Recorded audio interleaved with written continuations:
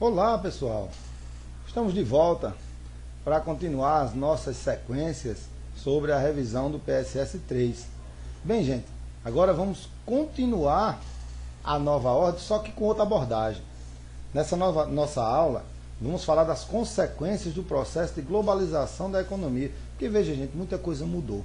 A globalização, ela por ser um processo antigo, a cada retorno, a globalização traz mudanças que dificilmente vão permitir que a humanidade ela permaneça do mesmo jeito.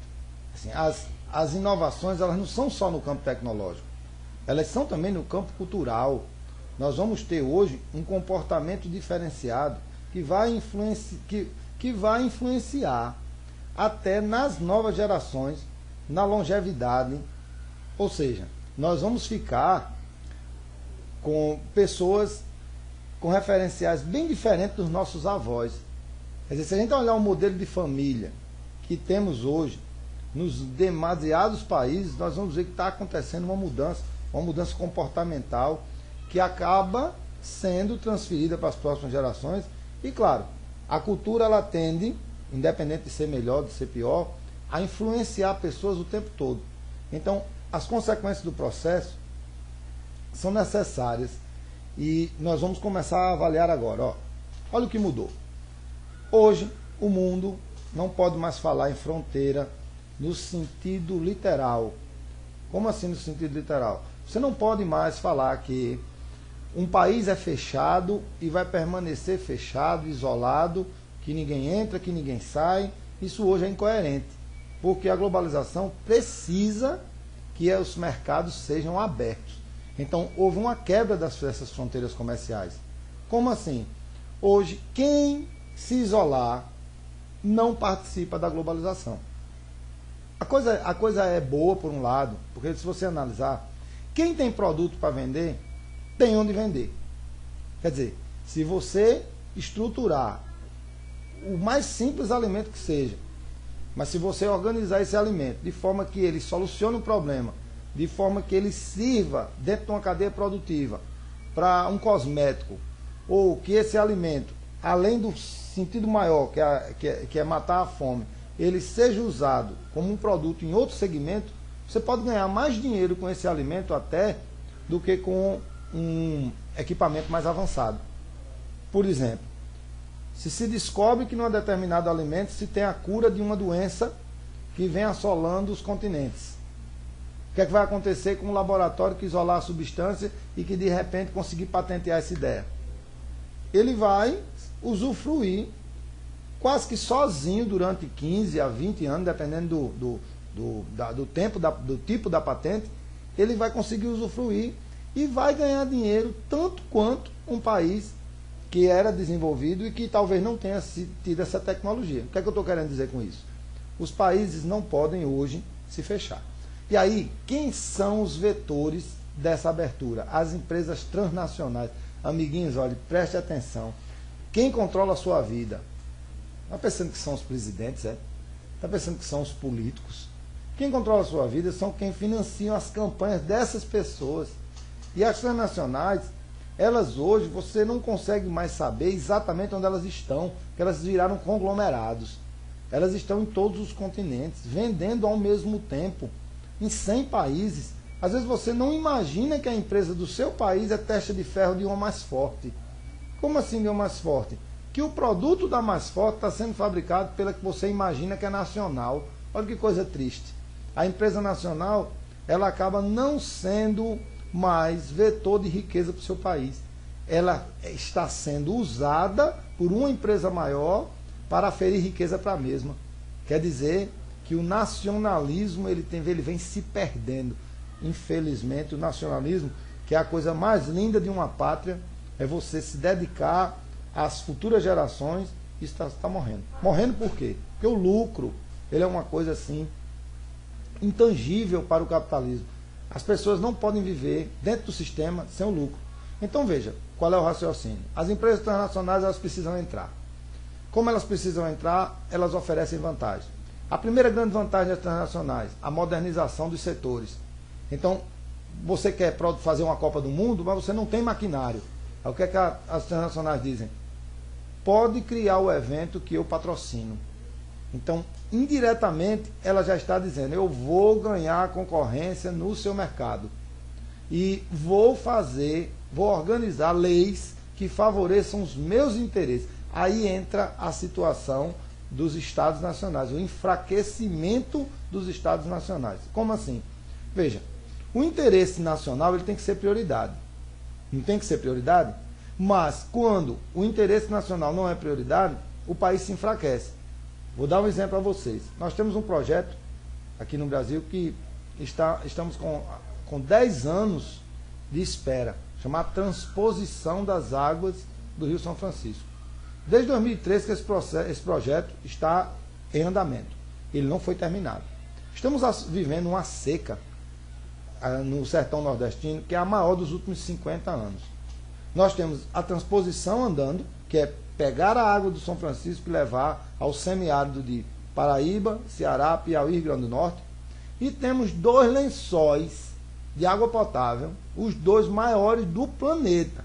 É o lençol Guarani e o Alter do Chão, no Pará. O Guarani, na região de Mato Grosso, inclusive envolve a Argentina, Paraguai e Uruguai, e o Alter do Chão, no Pará, que pega Amazonas e Amapá. Diz que a água desses 2 daria para abastecer o planeta mais de 5 mil anos. O planeta todo, essa água é nossa. E o Nordeste está morrendo de sede. O que é que falta para usar essa água? Tecnologia. O dinheiro dessa tecnologia daria é suficiente para fazer uma Copa do Mundo? É muito mais barato. Se você pegar o que se gastou, o que vem se gastando e o que vai se gastar nessa Copa do Mundo, com todos os segmentos, inclusive o trem-bala e a Olimpíada, claro, daria para perfurar esse lençol e transferir essa água e acabar com essa sede todinha. Aí você diz, por que você está abordando esse aspecto? Porque o nacionalismo, ele grita pelo quê? Pela priorização do interesse nacional. Se o interesse nacional não é prioridade, o que é que vai acontecer? As empresas transnacionais vão controlar os lucros e as possibilidades do país. Veja se não é isso que está acontecendo. Nós temos seca e temos água. A água não chega. Não chega por questões ambientais, por falta de investimento. O dinheiro existe. Vocês sabem que o impostômetro está aí nas ruas. Ontem, eu estava observando 1 trilhão 465 bilhões é o impostômetro que os brasileiros vêm pagando até agora. O impostômetro é o calculador do imposto. Até essa semana nós estávamos com mais de 1 trilhão. Esse dinheiro foi para onde? Assim, mas professor, por que você está falando isso? Está revoltado? Não, não estou revoltado.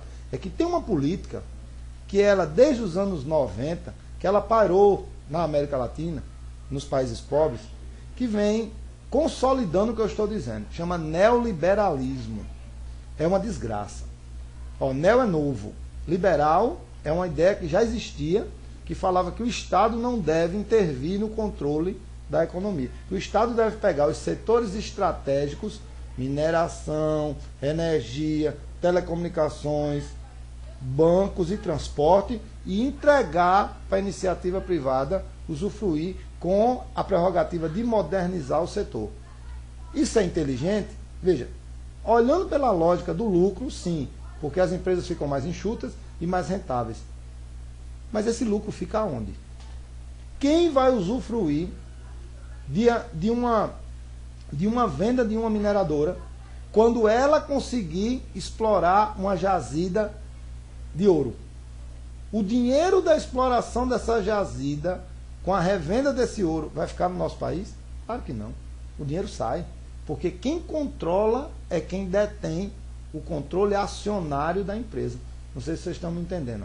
O neoliberalismo ele veio para ficar, porque é como se fosse uma ideia de pegar a riqueza dos países pobres e transferir para os países ricos da forma mais suave possível. Porque você imagina que está levando vantagem.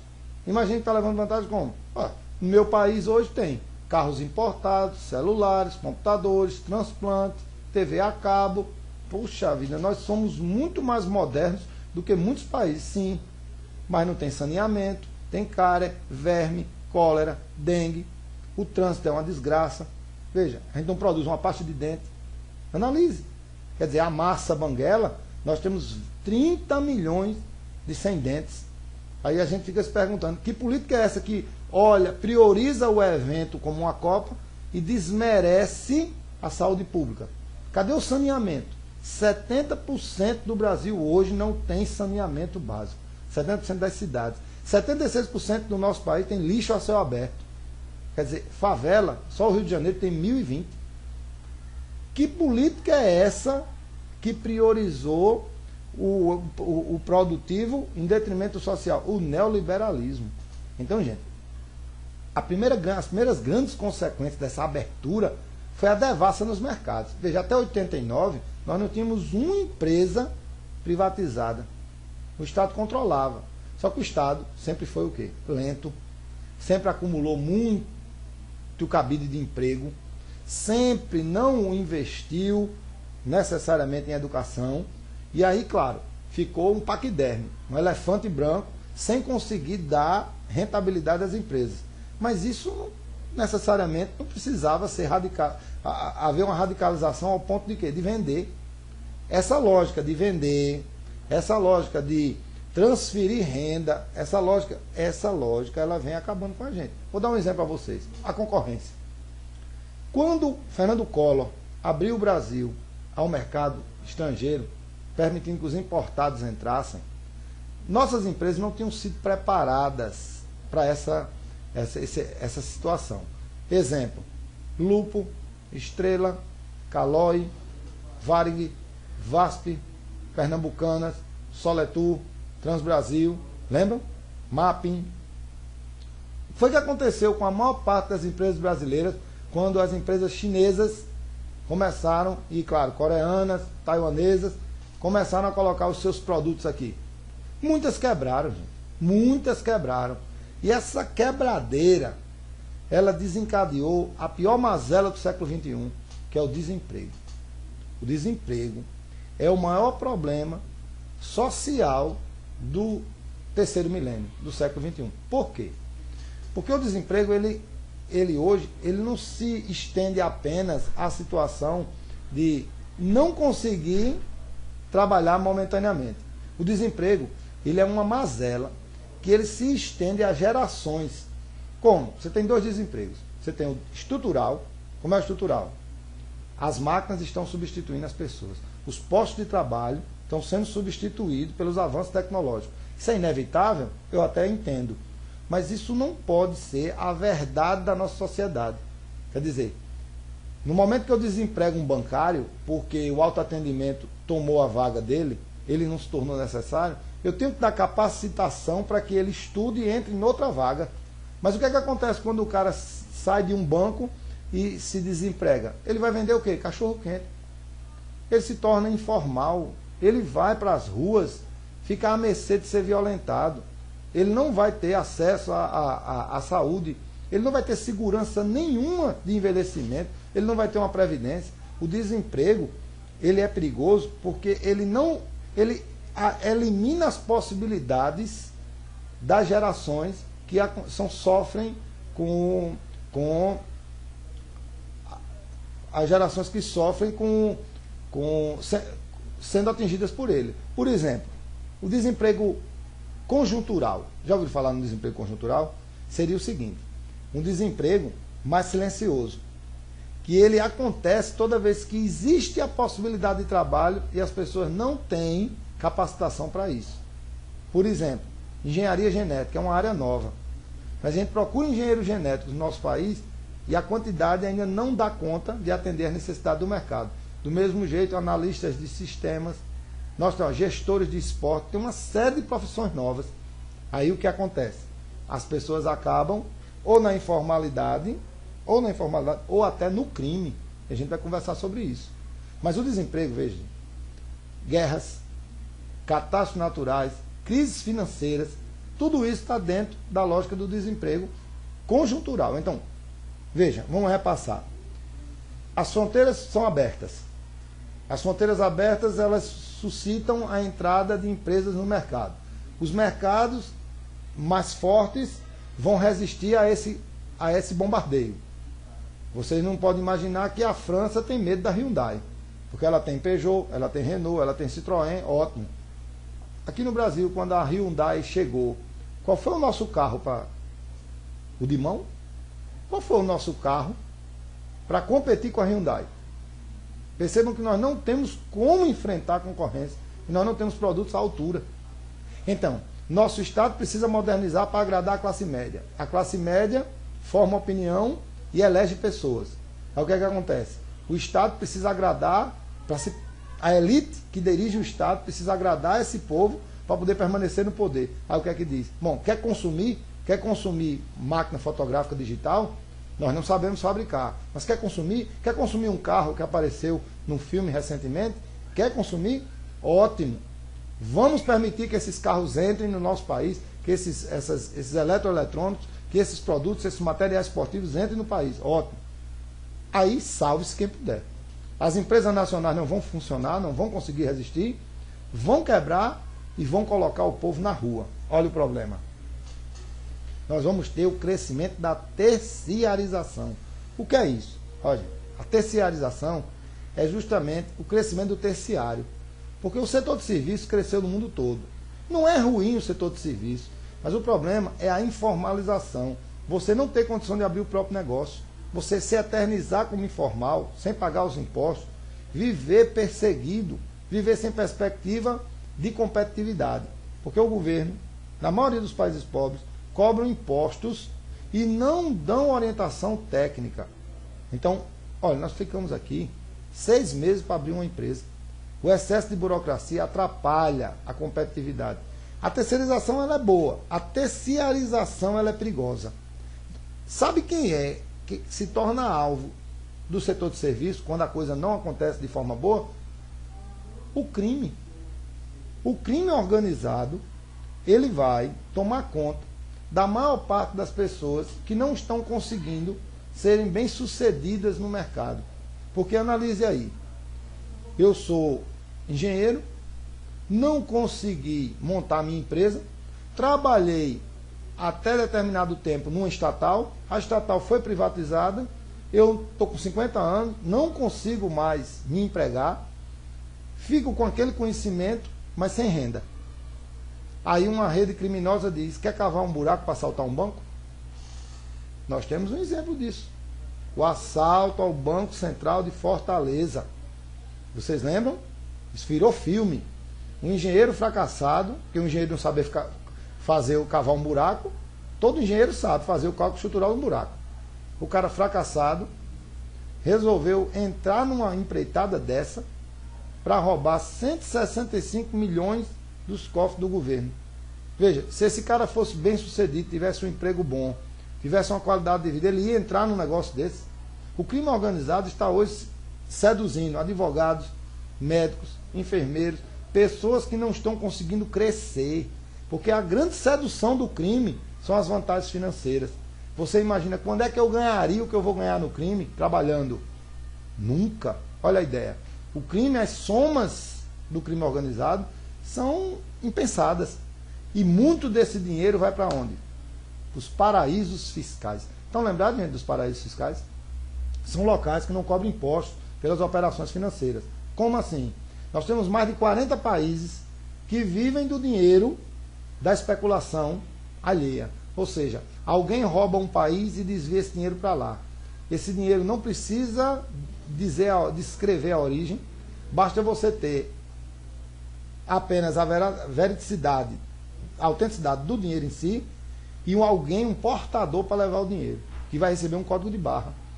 Então quer dizer, as pessoas estão entrando em mercados, estão usurpando riquezas e estão transferindo essas riquezas para os paraísos que vivem do dinheiro dos outros. Esse dinheiro ele faz falta ao mercado. Muitas vezes esse dinheiro ele sai e não volta mais. Aí veja só. Vocês estão lembrados da Grécia? Foi o que aconteceu com a Grécia. A Grécia incorreu num erro grave. Ficou envelhecida e pouco produtiva. As pessoas passaram a viver do trabalho de uma minoria. Quer dizer, a maior parte aposentado, sem empreender, usufruindo do trabalho de uma minoria. que passou a viver da especulação, porque o euro, quando ele foi adotado na Grécia, os gregos ficaram com possibilidade de consumir na Europa inteira, fizeram até uma Olimpíada. Mas boa parte do dinheiro grego não ficou na Grécia. O dinheiro grego saiu, assim como o dinheiro argentino, como o dinheiro russo, como o dinheiro dos tigres asiáticos, até o Brasil entrou nisso. Porque toda vez, gente, que o dinheiro sai e não volta, toda vez que se gasta mais do que arrecada, toda vez que esse capital ele circula para modernizar e sai, o país fica quebrado. Nós estamos vivendo aí a crise dos Estados Unidos e a crise da Grécia. São duas situações que podem voltar a acontecer a qualquer momento em outro mercado. Basta que a população comece a gastar mais do que arrecada. Nós temos aqui, qualquer semelhança não é mera coincidência. Temos o Minha Casa Minha Vida, a Copa do Mundo, a Olimpíada acontecendo. O que acontecerá com o Brasil em 2017? Será que o Brasil virará uma nova Grécia? É possível? Deus queira que não.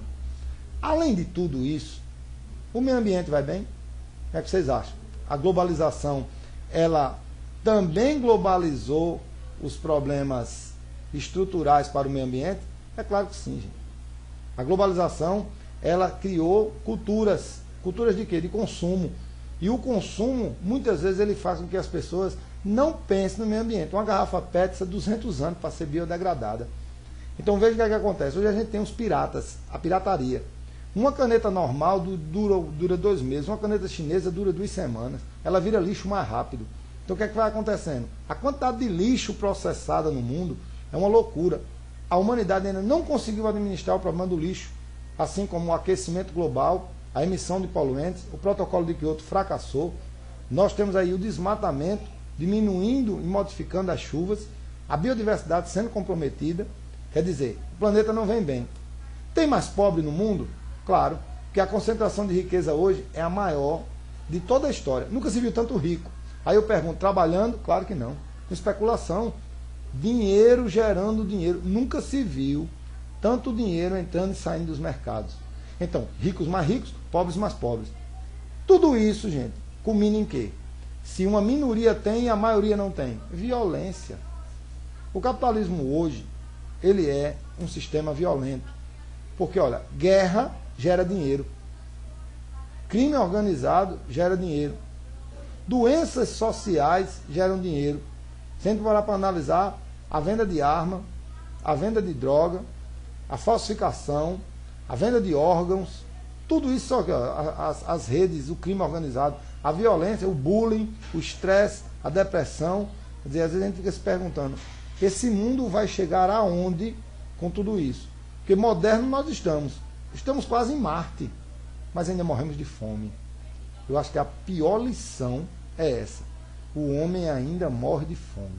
Então, gente, a globalização não é essa Coca-Cola toda, como o pessoal fala, mas ela acabou sendo necessária e é difícil retroceder. É isso aí, pessoal. Até a próxima.